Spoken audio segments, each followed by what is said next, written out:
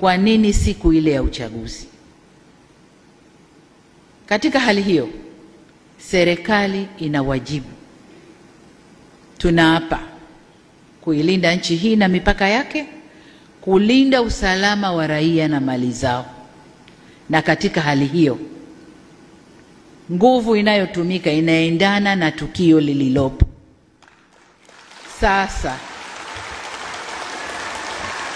tunapoambiwa kwamba tulitumia nguvu kubwa sana kwenye tukio lile, nguvu ndogo ilikuwa ni ipi?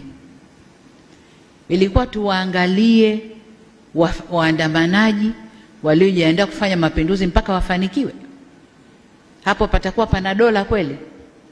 Dola haiko hivyo, na hayapo Tanzania peke yake.